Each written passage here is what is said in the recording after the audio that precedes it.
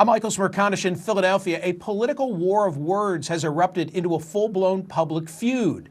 It's playing itself out between two Democrats, 2016 presidential candidate Hillary Clinton, current 2020 contender Congresswoman Tulsi Gabbard, and neither are mincing words. The battle started when Clinton said this about Gabbard during a podcast. I'm not making any predictions, but I think they've got their eye on somebody who's currently in the Democratic primary and are grooming her to be the third-party candidate. She's the favorite of the Russians. They have a bunch of sites and bots and other ways of supporting her so far. And that's assuming Jill Stein will give it up, which she might not, because she's also a Russian asset. Agent, yeah, she's a Russian asset. I mean, totally. Gabbard didn't hold back in slamming Clinton, calling her the queen of warmongers, embodiment of corruption, and personification of the rot that has sickened the Democratic Party for so long. Clinton didn't name Gabbard, but when asked if she was in fact referring to the Hawaii Congresswoman, her spokesman said, if the nesting doll fits. Her spokesman then said the initial grooming comment referred to Republicans, not Russia. Gabbard again denied that she would launch a third-party run last night. My next guest is the other person that Secretary Clinton mentioned in that interview, calling her, quote-unquote, totally a Russian asset. Former Green Party presidential candidate Dr. Jill Stein. Dr. Stein, I went to Merriam-Webster, looked up asset just to be sure. Here's what it says. Something useful in an effort to foil or defeat an enemy, such as a piece of military equipment or a spy. Are you a Russian spy?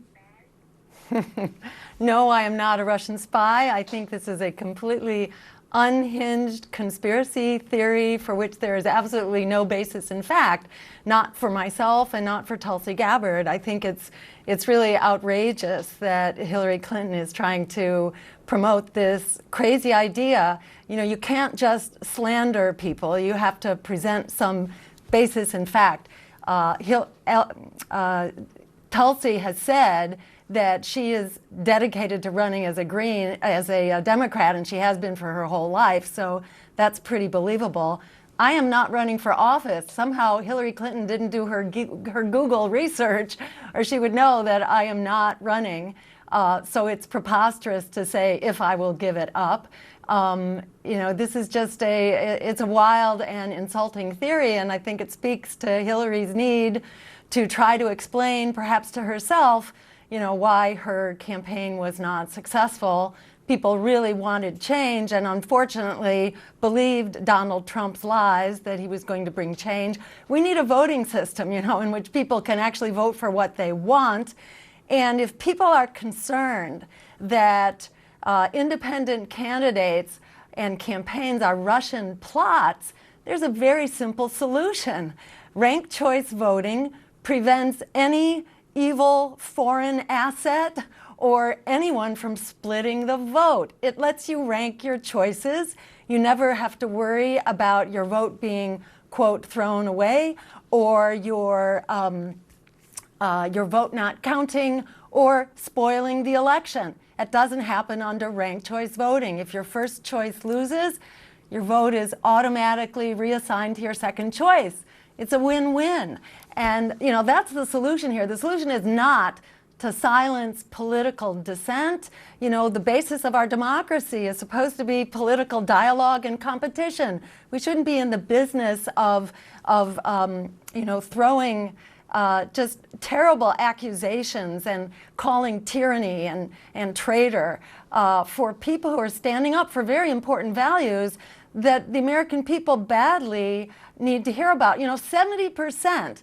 In a recent Wall Street Journal poll, 70% of Americans said they're not just fed up, they are fighting angry with a political establishment that's thrown them under the bus. So we shouldn't be in the business of silencing diverse political choices. We need ranked choice voting to make that okay and bring our values back into our vote.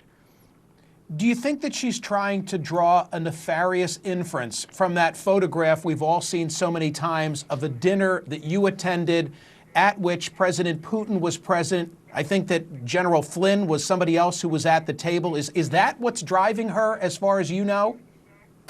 Well, let me just say there are many pictures, many more pictures of Hillary Clinton having intimate conversations with Putin whispering in her ear. And we actually know there was some real money exchanged. For example, when her husband was paid something like $500,000 to give a single speech to a Kremlin-connected Russian bank associated with the sale of part of the U.S. uranium supply approved under Hillary Clinton's watch. So that might be the kind of thing you'd want to investigate. But simply attending a dinner at a conference where I went to basically tell Russia they needed to stop bombing Syria and to advocate for a ceasefire in the Middle East, that's a good thing. I think we need more of that kind of dialogue. You have to talk with your adversaries as well as with your allies. Yes.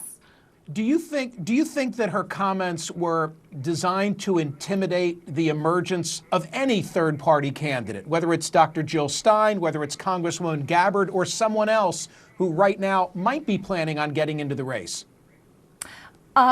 Absolutely, and I think, she and the Democratic Party have been in that business for a long time. As I mentioned, ranked choice voting solves this problem of, worrying about, is your vote going to have unintended consequences?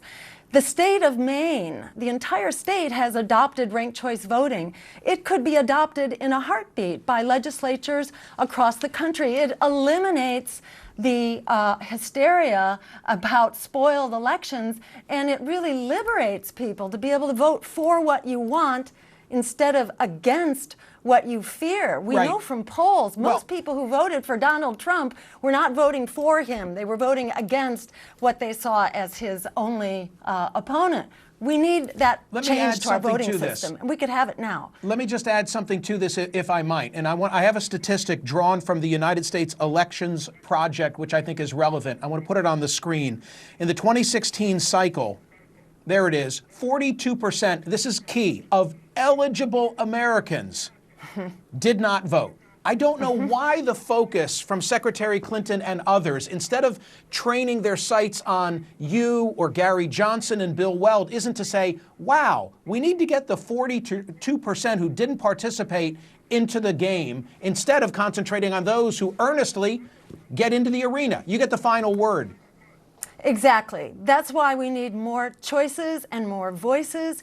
And where ranked choice voting has been passed, as in the state of Maine, in fact, that's what's happening. More people are coming in to vote because they have a greater variety of candidates that can speak to them, their need for jobs, for health care as a human right, to abolish student debt, make higher education free, and to cut, this bloated and dangerous war budget that's actually getting us into more wars. It's not making us safer. All of this needs to be debated.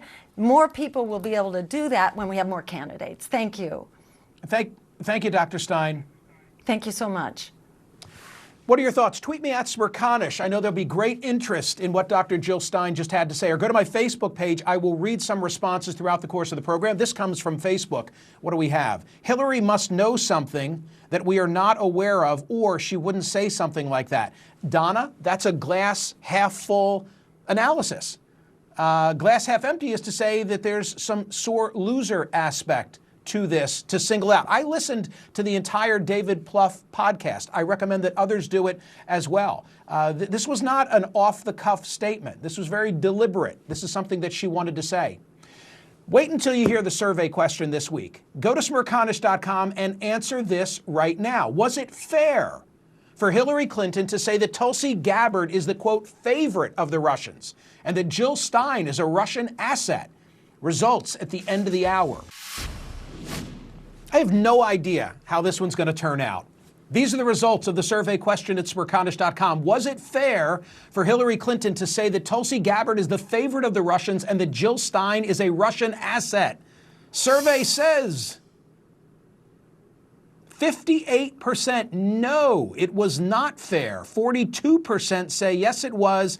9,519 having voted. Nearly scientific. By the way, 58-42. 42, same percentage of eligible Americans who didn't vote in the 2016 cycle.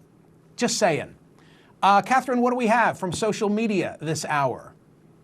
Smirkanish, thank you. Jill Stein just proved that she is a Russian asset. Come on, Phil. What a cheap shot. You know, you don't have to be for Jill Stein. I didn't vote for Jill Stein. But can you not respect the fact that, you know, she's willing, as TR said, to get into the arena while the rest of us are sitting on our cans? No, I respect that. And if you're going to make that charge about her, or in the case of Congresswoman Gabbard, who wore the uniform of her country, you better bring the goods. That's not a bar conversation that Hillary had, like, oh my God, she's an asset. You know, pour me another round. No, it was said with some deliberation and intention. Give me another one if we have time. HRC, exactly the embodiment of all that is wrong with established politics. She called a U.S. Army officer a traitor. Where's the outrage? Hillary only proves that she can't come to grips with that at best. She's a marginally better person than Trump. Look, you know, she won the popular vote. She's had this long and distinguished career. I have great respect for Secretary Clinton. I just thought that was a cheap shot, you know, and it kind of demeans her legacy. You should have spent more time in Wisconsin. Give me another one if I have time. Time will tell. I'll go a step further and call it the third-party ticket will be Gabbard and Yang. Adele, I hope there's a third-party candidacy. I don't know if it is more to the left or more to the right. That I want more choice. I mean, isn't one thing clear? No matter whether you're for or against the president, for or against his opponents, we don't have enough choice. And those of us who get shut out in the primaries and have to live with ideologues in the general, we deserve representation too. So bring on a third-party candidacy.